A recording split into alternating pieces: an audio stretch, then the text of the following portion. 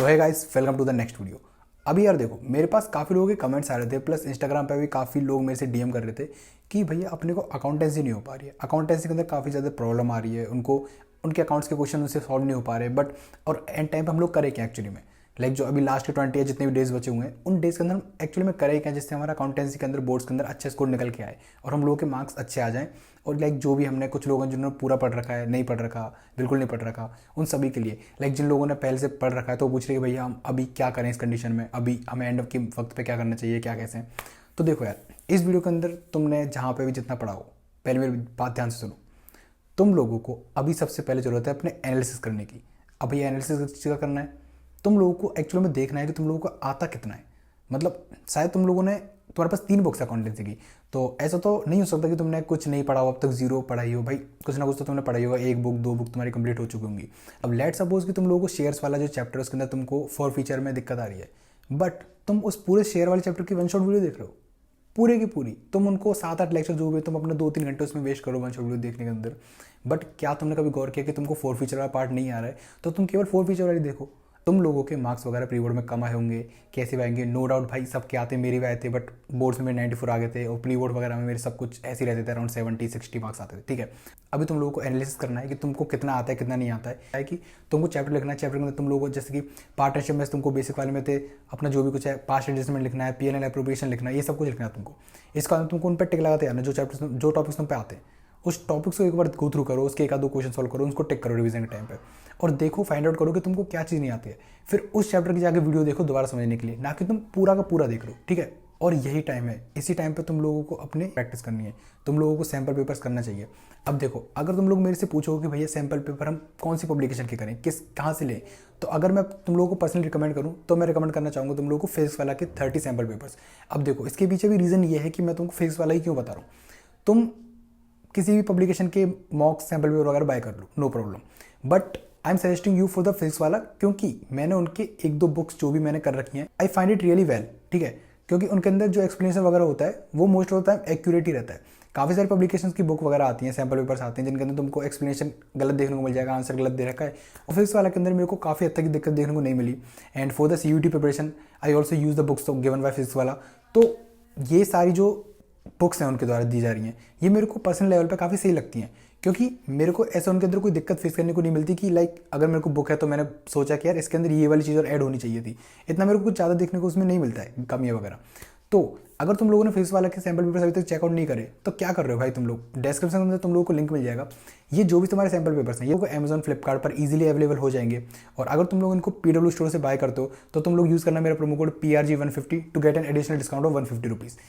अगर मैं तुम लोगों को इन सैम्पल पेपर के बारे में बताऊं तो तुम लोग देख सकते हो कि इन सैम्पल पेपर्स के अंदर तुम लोगों को मिलने वाले 30 सैम्पल पेपर, जो कि तुम्हारे accountancy, economics, business studies, English, हाँ इंग्लिश भी इंक्लूडेड है इसके अंदर, एंड मैथमेटिक्स। और भाई चिंता करने की कोई बात नहीं है, जिनके पास कोर मैथ्स है या फिर जिनके पास अप्लाइड मैथ्स है उन लोगों के लिए भी यहाँ पे अलग अलग सेक्शन दे रखे हैं, जिनका यूज़ करके तुम लोग अपनी प्रैक्टिस को एकदम नेक्स्ट लेवल ले जा सकते हो।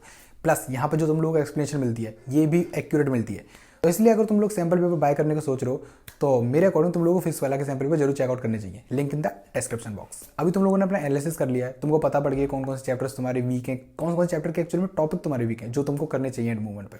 तुम लोगों ने अपने सैम्पल पेपर्स कर लिया है, तो यहाँ पे सब कुछ सही होना चाहिए, क्योंकि तुम लोगों ने फाइंड आउट कर लिया है कि कहाँ तुमको दिक्कत है, क्या कैसे हैं, और तुम्हारे जो मॉडल्स पेपर्स हैं तुम लोग उनकी प्रैक्टिस कर रहे हो। लाइक तुम लोग अगर मॉक पेपर प्रैक्टिस कर रहे हो वहीं से तुम लोगों को पता पड़ेगा एक्चुअली में कि तुम लोग गलती कहाँ कर रहे हो। और एक और बात, लेट सपोज तुमने कोई पेपर प्रैक्टिस करा, तुम्हारे 80 मार्क्स में से अराउंड बन रहे हैं, अराउंड 60 मार्क्स बन रहे हैं, ठीक है 60 मार्क्स बन रहे हैं, फिर तुम्हारे कुछ क्वेश्चन गलत हुए तो तुम लोग नेक्स्ट मॉक पेपर पर चले गए। नहीं, तुम लोगों को ये गलती नहीं करनी है। जब भी तुमने एक सैम्पल पेपर से उसकी प्रैक्टिस की, इसके बाद में तुम्हारे 10-20 नंबर के जितने भी क्वेश्चन वगैरह गलत हुए, तुम लोगों को उन क्वेश्चन को दोबारा से करके ट्राई करना है। हाँ, तुम लोगों को उस क्वेश्चन के जो कंसेप्ट है उनको दोबारा से समझना है, समझने के बाद में उनके यूट्यूब वगैरह से एक्सप्लेनेशन पढ़ के जैसा भी उनको करना है, फिर जिस दिन तुमने अपना मॉक पेपर दिया उसकी रात को तुम लोगों को सोने से पहले उनको प्रैक्टिस करना है एक बार, ठीक है। और तुम लोग अच्छी तरह प्रैक्टिस करना है, तुमको उनको समझना है भाई, कंसेप्ट समझना है तुम लोग को, रटने मत लग जाना है एंड में कंसेप्ट की ये हो, ये ऐसे हो गया वैसे हो गया, नहीं। ट्राई करो कि तुम लोग एंड के वक्त अपना कंसेप्ट क्लियर करते चलो, बिकॉज अगर तुम लोग आगे जाकर सीयूटी भी दोगे तो वहाँ पे तुम्हारे कंसेप्ट मैटर करेंगे। तुम लोगों को ऐसा कुछ बड़े फॉर्मेट में क्वेश्चन नहीं आने वाले बोर्ड की तरह कि तुम लोग बना बनू के कुछ भी कर दोगे, नहीं। आगे चल के तुम्हारा कंसेप्ट बेस्ड गेम होगा सब कुछ, तुम लोगों को उसके कंसेप्ट को समझना है अच्छे तरीके से। इसके बाद में तुम लोगों को नेक्स्ट मॉक पेपर की ओर जाना है, ठीक है। फिर नेक्स्ट मॉक पेपर में एनालिसिस करना है, तुम पाओगे तुम्हारे कुछ नंबर इंक्रीज हुए हैं। अब हमारे साथ देखो, अब तुमने 10 मॉक पेपर लगा दिए, बट तुम्हारे 10 मॉक पेपर में मार्क्स तुम्हारे ऐसे आ रहे हैं 50, 55, फिर 50, किसी में डाउन जा रहे हैं, किसी में ऊपर जा रहे हैं, बट तुम एज ए इंक्रीजमेंट रेशियो नहीं देख पा रहे हो उसके अंदर। एज अ इंक्रीजिंग ऑर्डर में तुम लोगों को नहीं देख रहे हैं, या तो वो तुम्हारे ऐसे ऊपर नीचे हो रहे हैं, या फिर सेम चल रहे हैं, बट इंक्रीजमेंट नहीं देखने को मिल पा रहा है। ये सारी चीज़ें गलती होती है कि जब तुम उसको एनालिसिस नहीं करते मॉक पेपर को देने के बाद। तो मॉक पेपर मेक श्योर जब भी तुम लोग दो, इसके बाद जो तुम्हारे क्वेश्चन गलत हुए हैं तुम उनको दोबारा से अटैम्प्ट करो, दोबारा से उनको कंसेप्ट को समझो, फिर जाकर तुम नेक्स्ट पे बढ़ो, ठीक है। ये तुम लोगों को अभी इस वक्त पे करना है। हमारे अभी स्कूल के अंदर टेस्ट, प्री बोर्ड वगैरह हुए होंगे, उनके जो भी तुम्हारे पास क्वेश्चन पेपर है उनमें देखो कि एक्चुअली में तुम्हारे क्वेश्चन कौन से गलत थे भाई, और उनको दोबारा करने का ट्राई करो। वो तुम्हारी प्रिपरेशन को स्ट्रॉन्ग बनाने के लिए होते हैं। कोई स्कूल वाले तुम लोगों को पेपर वगैरह इसलिए नहीं करवा रहे कि तुमको जलील करना है, तुम्हारी बेइज्जती करनी स्कूल के, नहीं भाई, वो तुम्हारी प्रिपरेशन के लिए दे रहे हैं। जितने भी उनके पेपर वगैरह उनको लो, अपने हाथ में पकड़ो, उनमें से मार्क करो कि कौन से क्वेश्चन तुमसे नहीं बने थे, उनको भी एंड के मोमेंट पर ट्राई करो करने का। यही एक्चुअल तरीका रिवीजन करने का। तुम ये मत सोचो कि तुम जा रहे हो, जस्ट उस वीडियोज़ को तुमने देखा और तुमने लेट सपोज एक चैप्टर उठाया, तुमने उसकी यूट्यूब वीडियो देख ली, उसके बाद तुम उसके क्वेश्चन करने लग गए।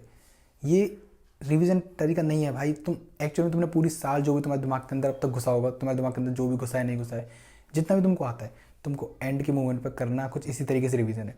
मॉक्स वगैरह से करने, जो भी तुम्हारे क्वेश्चन वगैरह गलत हुए थे उनको तुमको दोबारा से लिख के ट्राई करना है, उसी से तुम्हारा रिवीजन होगा। यही तुम्हारा रिवीजन का फॉर्मेट है भाई। इसी तरीके से तुम लोग रिवीजन करोगे, और अगर तुम इस तरीके से करोगे, जो तुम्हारे क्वेश्चन गलत थे उनको सही करोगे, तो तुमको एक अंदर से कॉन्फिडेंस भी आएगा। इसके बाद में तुम डेली मॉक लगाते जाओ, और बोर्ड्स आने तक तुम्हारा सब कुछ सही हो जाएगा। बोर्ड्स आने तक तुम एकदम परफेक्ट हो जाओगे, और तुम बोर्ड्स के अंदर वो गलतियाँ नहीं दोहराओगे जो तुम अभी कर रहे हो। प्री बोर्ड्स के अंदर, मॉक्स के सैम्पल पेपर्स के अंदर प्रैक्टिस करते वक्त कितनी भी मिस्टेक कर लो भाई, जितनी तुम सोच सको उतनी मिस्टेक्स कर लो, बट बोर्ड्स में जाके एक्चुअली मिस्टेक नहीं करके आनी तुम्हें, ठीक है। एक्चुअली में जाकर तुम पढ़ने लग जाओ, ठीक है। जो मैं तुम लोग बात बताई ना वो बिल्कुल एग्जैक्ट है। इससे ज़्यादा तुमको नेक्स्ट स्ट्रेटजी क्या ही बता सकता है कोई। जो एक्चुअल बात थी मैं तुम लोगों को सब कुछ बता दी।